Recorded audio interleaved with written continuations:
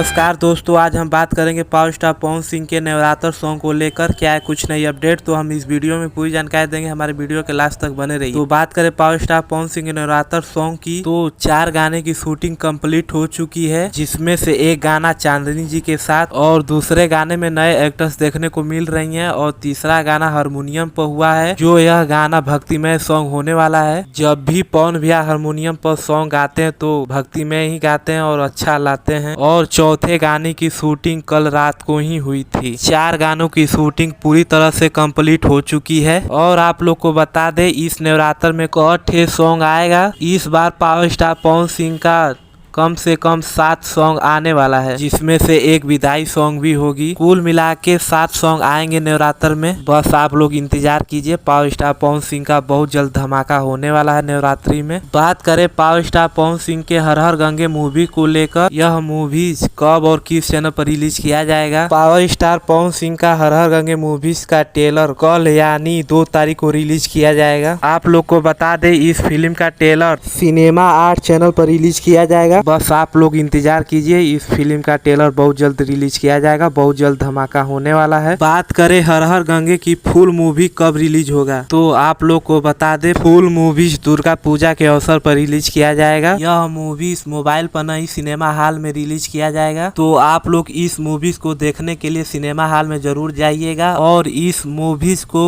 भर भर के प्यार दीजिएगा। यह मूवीज गंगा मैया के सफाई पर बनी है। वीडियो करते हैं समाप्त, मिलते हैं अगले अपडेट पर। धन्यवाद।